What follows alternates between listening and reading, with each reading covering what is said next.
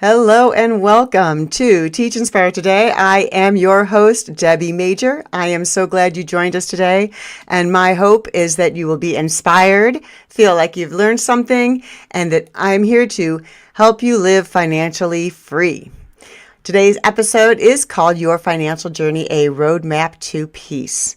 Study after study after study shows that finances are one of the biggest causes of stress in our lives. And since this month and the last episodes I've been talking about stress, I figure we'd better address the financial stresses that we face because it does focus big in all of our lives, right? So let's talk about some ways that we can handle our financial stress. The first thing is know where your money is going. Okay, what do I mean by that? Do I mean you have to have a line by line by line budget? No. Do I mean you need to, just forget it all or let the bank tell you what's going on? No, not that either. What I really mean is know where your money is going. Like, have an idea. Some people are really happy doing a budget and they want to do that line by line by line, and that is awesome. And other people don't. They just want to have a good idea of where things are. So the most important thing is let's talk about our fixed expenses. The easiest way to brass tacks, I think they call it, is to just say, what is the fixed things I can't get away from? Well, here's some fixed things you can't get away from. So the first thing is the M for mug. M stands for mortgage. How much is the mortgage on your home? You know, that's really important. You want to make sure you always have the money to pay your mortgage. Second is the U for utilities. So M mortgage, U utilities.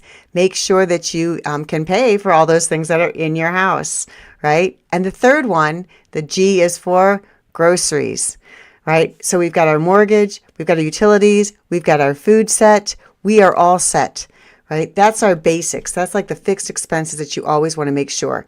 Now, you may think things like, your car payment or loan payments that are fixed, those might be included in yours also, but at the very heart of it, those are the things that get us by day living.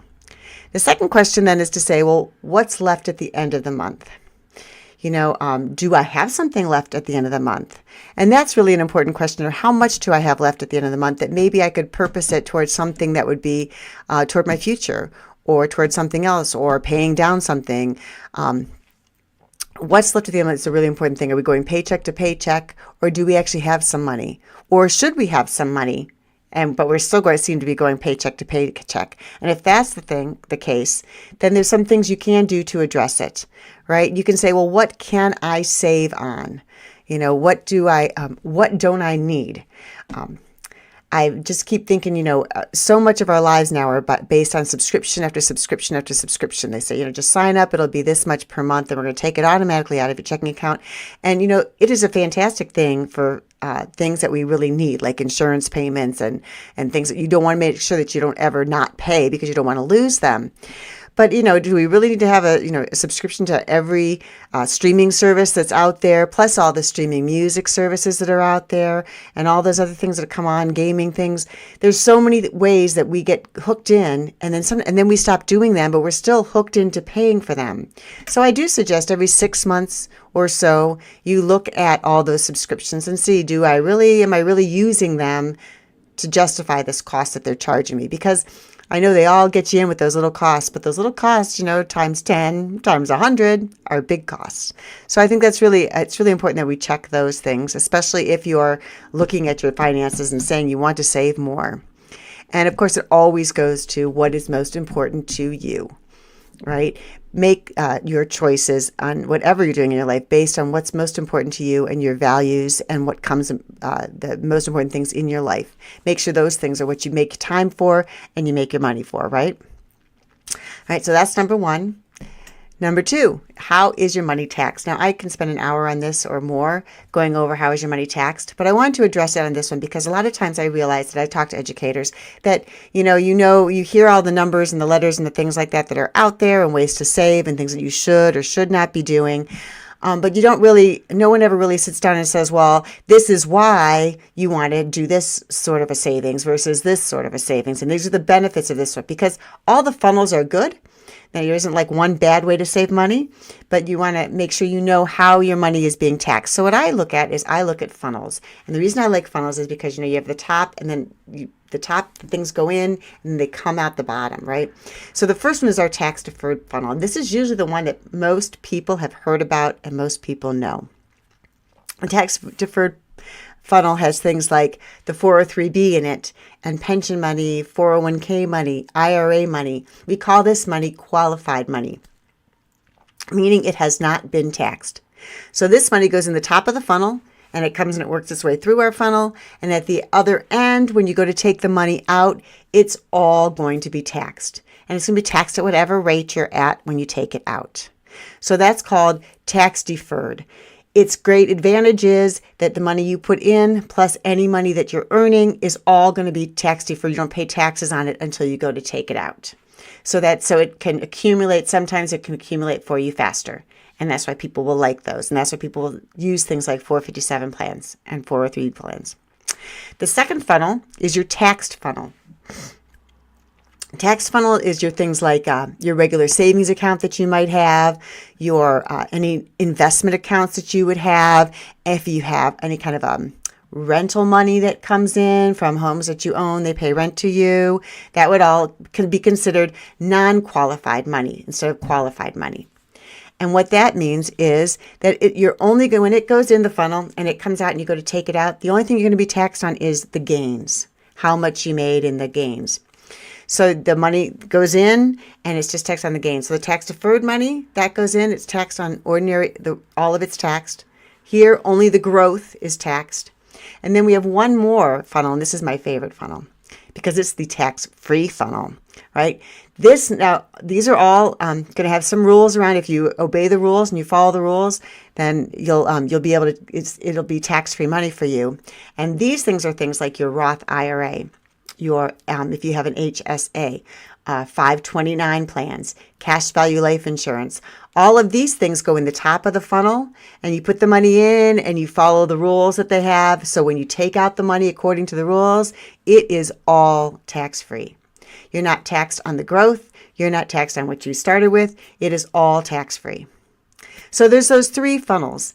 And so the question you want to think about is, do you have money in all three funnels? No funnel is bad, but each funnel has a purpose. Because your tax deferred money is going to grow for you fast now. If taxes are low when you go to retire, it'll be great to take it out if your taxes are lower, because you won't be paying as much tax on it when you take it out. But what if taxes are higher? And what do we think taxes might do? Right? So we want to, if you have an option to not have to take it from there, and you can take it from one of the tax-free or the taxed bucket when the taxes are higher, then you get that tax break, and then that money can still continue to grow. So it's kind of like, you want to think about, how, and we call it tax diversification, but it's just, how is our money, do we have money in all of the funnels, going in all of the funnels? And that's what you want to kind of look at. All right. So now that we've got our money we're looking at where's our money going and how is it going to be taxed, I'm going to say make your future your priority. I really believe that we need to be actively thinking about our future self and making that person very real to ourselves, so that because we are going to meet them someday. Does my future self want, what are they going to be depending on? It's going to be depending on what I do today. So what we do today is really important. I use the analogy of a garden. You grow a garden, you have seeds. You have those seeds. And remember, we take care of our garden, don't we? We nurture it. We check on it. We feed it if we need to, vitamins and nutrients. We water it and make sure that it grows. We take time, we spend time with it. We make sure that it's nurtured and that it grows, so that when the time passes and it's gone, we have fruit that we can eat and we can use. Well, think of your savings in that way, especially for your retirement, because your retirement is probably, far off to you. It may be closer to some of you or farther off, but you're probably not actively retired if you're watching this episode. So you plant those little seeds, right? And you have those seeds grow, and that's your money that you're putting in. And then when you get done and you go to retire, there you go. You've got a big money tree. And the bigger your money tree is based on what you put in today and what you add to it and how you take care of it and tend it and watch it and have it grow. And I want all of you to have huge money trees. That is always a goal of a financial advisor and a financial planner, is that you would have huge money trees by the time you retire so that you don't have to worry about where your money's coming from. All right, number 4. Know your guaranteed retirement income sources. This is so important. What I mean by this is, remember, in the beginning I talked about MUG, your mortgage, utilities, and your groceries. Right? Those are 3 things that I believe should always be covered by a guaranteed income source, so that you know that money is coming in at the beginning of each month, and it's coming in and coming in and coming in, and your bills are going to be paid by that money. And you don't have to worry. You can sleep at night. So, do you have a public pension? If you work for a public school or a government entity, you're probably most likely paying into a public pension instead of Social Security, or in addition to Social Security. And this is going to provide you with a fixed amount of money that you're going to get for the rest of your life, and that's why you're paying into it. You could also be paying into Social Security. If you're a private school teacher or a religious school teacher, you've got Social Security that you're paying into, in addition to maybe a small pension that they may offer you also. So how much of Social Security is going to be covered? Social Security actually covers your top 35 years, just so that you realize. And a public pension is going to usually be like your top 3 or 5 years of your average salary. And then the third one that is guaranteed income is you can set up an annuity for a guaranteed income. So a public pension, you're giving it to your government, whatever entity that is doing that pension and monitoring that pension. Social Security, of course, the Social Security Administration and the government is monitoring that pot of money and that goes in there. An annuity, the pot of money is going to be managed by the insurance company, and then they say they will pay you for the rest of your life a certain amount of money. These 3 together may have to work together, or maybe you've got 2 of these 3 that come out and work together. But like I said, anything that has to be paid every month you should have peace of mind about that it is always going to be paid. And so you want to have this by a guaranteed income source. So how much of your income will be covered? Will it be 50%, 70%, 30%? If you're in a public pension, it's always a math problem no matter what. But a math problem in the public pension is going to be your top 3 or 5 years, usually, of your final average salary. So you'll average those last 5 years or 3 years out. Then you're going to multiply it by your years of service. And then there's going to be some kind of a factor that they're going to use, like 2.2%, 1.5%. It all is going to depend on where you are and which system you're in. And so you figure out the math, and that's going to tell you how much you're going to get each month guaranteed for the rest of your life. You do have choices when you go to make your choices, and that can be you can choose just for yourself, for you, and then some to your beneficiary, like your spouse, if you were to pass away first. So, and that'll all make the amount a little bit different. So that's part of the things I do, is I go over people's pensions with them and what their options are, and if they, and what option is the best one for you, and what would it fit. But no matter what, and if you're on Social Security, it's even worse, because the Social Security is only supposed to pay around 40%, 35% to 40% of your salary. So the difference between 100% what you're getting now and 50% or 40 or 70 is what we call the pension gap, because there will be a gap, and that will have to be made up somewhere. So however the amount goes between whatever you need and whatever it is, that's called your pension gap. And that's what you want to think about saving for. That's where you want to save your money for, is how are you going to fill that gap so that when you retire, you've got your expenses covered. Because time is either for you or it's against you. So if you're younger, you can put away a smaller amount. As you get older, you've got to put away more till eventually you go to retire. And sometimes people have to take a portion of the retirement money just so that they have reserves for things that are that they have to pay for. All right, number 5. This is the last one I've got today, and that's high yield savings account, or where it's at. I've been mentioning these a lot lately because they've been really popular lately, and they're really great because you can get like a 4% savings right now interest rate on those high yield savings accounts. And that's much more than you're getting in your savings account. That's just general at your credit union or at the bank. So I really like them. Now there's pluses like the 4%. And then there's minuses. So here's the way that they kind of work. They're all online banks. That's where you're going to go to get your high yield savings account. So you would look online. The rates do change. So right now they're still pretty high. They could go down at any time. So I say get in now while it's high, and then when it goes down, figure out something else, or you can do something else with your money. And you do need some time before you would need to get your money out, because you'd have to send them a request, and it'll have to come back and hit you in your bank account. So it's not for your emergency money and things like that, but it's for anything above that. Put it in a high yield savings account. So in summary today, and I know I've been talking fast because I was trying to make sure I covered everything in a short amount of time so you would have it.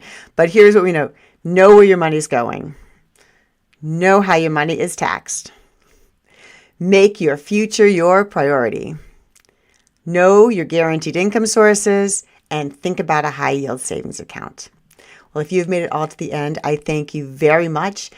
If you have questions or you'd like a budget worksheet, or you'd like to talk about that guaranteed income sources and how much is your pension gap and whether everything is how are things going to be met for you to put together for your retirement income, feel free to shoot me an email at deb@teachersroadmap.com.